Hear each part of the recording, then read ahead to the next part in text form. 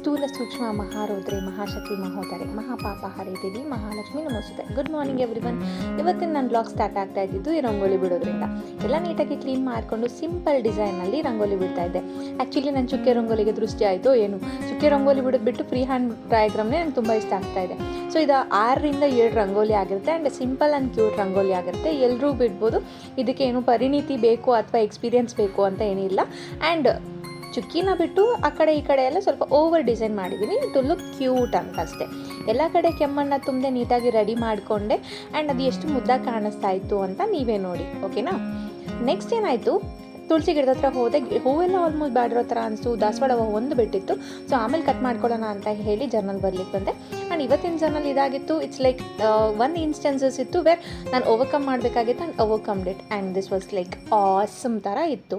I will thank everyone to make me sure to be strong. ಆಮೇಲೆ ರಾಧಾಕೃಷ್ಣನ ಕತೆ ಇದಾಗಿತ್ತು.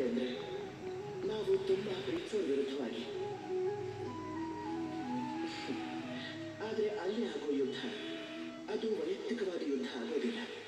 ಇದು ಕರ್ಮ, ಧರ್ಮ ಮತ್ತು ಕರ್ತವ್ಯದ ಯುದ್ಧ ಆಗುತ್ತೆ. ಇದು ಸುಲಭ ಏನಲ್ಲ. ನಾವು ತುಂಬ ಗೌರವ ಕೊಡೋರನ್ನ ಎದುರಿಸೋದು ನಮಗೆ ತುಂಬಾನೇ ಕಷ್ಟ ಆಗೋಗ್ಬಿಡುತ್ತೆ. ಆದರೆ ನಾವು ನಮ್ಮ ಧರ್ಮದ ದಾರಿಯಲ್ಲಿ ಹೋಗಲೇಬೇಕಾಗತ್ತೆ. ಯಾಕೆಂದ್ರೆ ನಾವು ಕರ್ಮಕ್ಕೆ ಬದ್ಧರು, ಕರ್ತವ್ಯಕ್ಕೆ ಬದ್ಧರು. ಇದು ಸರಿ ಅಂತ ನನಗನ್ಸುತ್ತೆ. ಆದರೆ ಒಂದು ವಿಷಯ ನೆನಪಿಟ್ಕೊಳ್ಳಿ, ನಿಮ್ಮ ಉದ್ದೇಶ ಒಳ್ಳೆಯದಾಗಿದ್ರೆ, ನಿಮ್ಮ ಯೋಚನೆ ಒಳ್ಳೆಯದಾಗಿದ್ರೆ, ನೀವು ಕರ್ಮ, ಧರ್ಮ ಮತ್ತೆ ಕರ್ತವ್ಯದ ದಾರಿಯಲ್ಲಿ ಮುಂದುವರಿತಾ ಇದ್ರೆ, ಒಂದು ವೇಳೆ ಈ ವಿಷಯದಲ್ಲಿ ನೀವು ನಿಮ್ಮ ದೈವದ ವಿರುದ್ಧವಾಗಿ ನಿಂತಿದ್ರೂ ಕೂಡ ನಿಮಗೆ ಯಾವ ಹಾನಿನೂ ಆಗೋದಿಲ್ಲ. ಹಾಗಾದ್ರೆ ಬನ್ನಿ ನನ್ನ ಜೊತೆ ಪ್ರೀತಿಯಿಂದ ಹೇಳಿ ರಾಧೇ ರಾಧೇ. ಇದಾದಮೇಲೆ ಫ್ರೆಶ್ ಆದ ಇವತ್ತಿನ ಔಟ್ಫಿಟ್ ಇದಾಗಿತ್ತು. ಅದಾದಮೇಲೆ ಬಂದು ಹೂನೆಲ್ಲ ನೀಟಾಗಿ ಕಟ್ ಮಾಡಿಕೊಂಡೆ. ಆ ಹೂವೆಲ್ಲ ಬಾಡಿದ್ರಿಂದ ಅದನ್ನು ನಾನು ಈ ಕೊಂಡಕ್ಕೆ ರೆಡಿ ಮಾಡೋಣ ಅಂತ ಯೂಸ್ ಮಾಡಿಕೊಂಡೆ. And it was looking like this. And ಸ್ವಲ್ಪ ಸಾವಂತಿಗೆ ಹೂವು, ಒಂದು ಸ್ವಲ್ಪ ಮಾಮೂಲಿ ರೆಡ್ ರೋಸ್ ಕೂಡ ಹಾಕಿ ಔಟ್ಕಮ್ ಇದಾಗಿತ್ತು. ಅದಾದಮೇಲೆ ತುಳಸಿ ಗಿಡದ ಕೂಡ ಸ್ವಲ್ಪ ಅರಿಶಿನ ಕುಂಕುಮ ಎಲ್ಲ ಹಚ್ಚಿ ಹೂನೆಲ್ಲ ಹಾಕಿ ನೀಟಾಗಿ ರೆಡಿ ಮಾಡಿಕೊಂಡೆ. ಆಮೇಲೆ ಹೊಸ ಹತ್ರ ಬಂದು ಹೂವೆಲ್ಲ ಇಟ್ಟು ರೆಡಿ ಮಾಡಿಕೊಂಡೆ. ಅದಾದಮೇಲೆ ಪ್ರಸಾದಕ್ಕೆ ಅವಲಕ್ಕಿ ಹಾಕಿ ಸ್ವೀಟ್ ಮಾಡೋಣ ಅಂತ ಅಂದ್ಕೊಂಡೆ. ಸ್ವಲ್ಪ ನೀರು ಕಾಯಕ್ಕಿಟ್ಟು ಬೆಲ್ಲನ ಹಾಕಿ ಅದು ಕರಗಿದ್ರೆ ಸಾಕು, ಪಾಕ ಬರೋ ಅವಶ್ಯಕತೆ ಇಲ್ಲ. ಆಮೇಲೆ ಒಂದು 2 ಸಲ ತೊಳೆದಿರೋ ಅವಲಕ್ಕಿ, ಸ್ವಲ್ಪ ಡ್ರೈ ಫ್ರೂಟ್ಸ್ನ ಕಟ್ ಮಾಡಿ ಇಟ್ಕೊಂಡಿದ್ದೆ. ಸ್ವಲ್ಪ ನೀರು ಮತ್ತು ಬೆಲ್ಲ ಕರಗಿತ್ತು. ಅದಾದಮೇಲೆ ಸ್ವಲ್ಪ ಡ್ರೈ ಫ್ರೂಟ್ಸ್ ಹಾಕಿದೆ. ಆಮೇಲೆ ಅವಲಕ್ಕಿ ಹಾಕಿ ನೀಟಾಗಿ ಬಾಡಿಸ್ಕೊಂಡೆ. ಆ್ಯಂಡ್ ಒಂದು ಕನ್ಸಿಸ್ಟೆನ್ಸಿ ಬರೋವರೆಗೂ ತಿರುಗಿಸ್ತಾ ಇರಬೇಕು, ಹಾಗೆ ಬಿಡೋ ಹಾಗಿಲ್ಲ, ಬಿಟ್ಟರೆ ಸ್ವಲ್ಪ ಗಟ್ಟಿ ಆಗಿಬಿಡುತ್ತೆ. ಸೊ ಈ ಥರ ನೀಟಾಗಿ ಮೇಂಟೈನ್ ಮಾಡಬೇಕಾದ್ರೆ ಸ್ವಲ್ಪ ತುಪ್ಪ ಹಾಕ್ಕೊಂಡೆ. ತುಪ್ಪ ಇಸ್ ಆಪ್ಷನಲ್, ಬೇಕಾದರೆ ಹಾಕ್ಕೊಳ್ಳಿ, ಇಲ್ಲಾಂದರೆ ಓಕೆ. ಅದಾದಮೇಲೆ ಮತ್ತೆ ನೀಟಾಗಿ ಬಾಡಿಸ್ಕೊಂಡೆ. ಆಮೇಲೆ ಸ್ವಲ್ಪ ನೀಟಾಗಿ ಅದು ಕುದೀತಾ ಇತ್ತು. ಸ್ವಲ್ಪ ಏಲಕ್ಕಿ ಹಾಕ್ಕೊಂಡೆ. ಏಲಕ್ಕಿ ನಾನು ಕುಟ್ಟಲಿಲ್ಲ, ಬಿಕಾಸ್ ನನಗೆ ಇದರಲ್ಲಿ ಬಾಯಿಗೆ ಸಿಗಬೇಕು, ಆ ಥರ ಇರಬೇಕು. ಸ್ವಲ್ಪ ಹಾಲು ಹಾಕ್ಕೊಂಡೆ, ಮತ್ತೆ ತಿರುಗಿಸ್ತಾ ಇದ್ದೆ ಆ್ಯಂಡ್ ಕನ್ಸಿಸ್ಟೆನ್ಸಿ ಬರ್ತಾಯಿತ್ತು.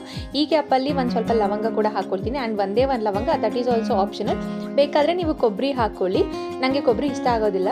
ಆಸ್ ಫಾಸ್ಟಿಂಗ್ ಇರೋದ್ರಿಂದ ಈ ಕೊಬ್ಬರಿ ಎಲ್ಲ ತಿಂದರೆ ಗ್ಯಾಸ್ಟ್ರಿಕ್ ಆಗುತ್ತೆ ಅಂತ ಹೇಳಿ ನಾನು ಕೊಬ್ಬರಿ ಯೂಸ್ ಮಾಡಿಲ್ಲ. ಆ್ಯಂಡ್ ಅದು ಹಾಕಿ ಚೆನ್ನಾಗಿ ನೀಟಾಗಿ ತಿರುಗಿಸ್ಕೊಂಡು ಅದು ಒಂದು ಕನ್ಸಿಸ್ಟೆನ್ಸಿ ಬರಬೇಕು. ಅದಾದಮೇಲೆ ಒಂದು ಬೌಲ್ಗೆ ಆ ಪ್ರಸಾದನ ಹಾಕ್ಕೊಂಡೆ ಆ್ಯಂಡ್ ದೇವ್ರ ಪೂಜೆ ಮಾಡಬೇಕಾಗಿತ್ತು. ಸೊ ದೇವ್ರಿಗೆ ಬಂದು ನೈವೇದ್ಯ ಅರ್ಪಿಸಿ ದೀಪ ಹಚ್ತಾ ಇದ್ದೆ. ದೀಪ ಹಚ್ಚಿ ಮುಗಿದ್ಮೇಲೆ ನಮಸ್ಕಾರ ಮಾಡಿಕೊಂಡು ಒಂದು ಸ್ವಲ್ಪ ಹೂವು ಮುಟ್ಟಿರಲಿಲ್ಲ, ಹೂವನ್ನ ಮುಟ್ಕೊಂಡು ಬಂದೆ. ಆಮೇಲೆ ಅರ್ಶಿನ ಕುಂಕುಮ ಇಟ್ಕೊಂಡು ದೇವ್ರಿಗೆ ನಮಸ್ಕಾರ ಮಾಡಿ ನೈವೇದ್ಯನ ಅರ್ಪಿಸಿ ಆಮೇಲೆ ಕಡ್ಡಿ ಬೀಳುತ್ತೆ. ಆ್ಯಂಡ್ ಇವತ್ತಿನ ಪೂಜೆ ತುಂಬ ಚೆನ್ನಾಗಿ ಆಯಿತು ಆ್ಯಂಡ್ ಖುಷಿನೂ ಅನ್ನಿಸ್ತಾ ಇತ್ತು. ಇದೆಲ್ಲ ಮುಗಿದ್ಮೇಲೆ ಆ ಹೂ ಹೇಗೆ ಕಾಣಿಸ್ತಿದೆ ಅಂತ ಕಮೆಂಟ್ ಮಾಡಿ. Thank you so much and thanks a lot. ಮುಂದಿನ ವ್ಲಾಗಾಗಿ ವೆಯ್ಟ್ ಮಾಡಿ. ಬಾಯ್.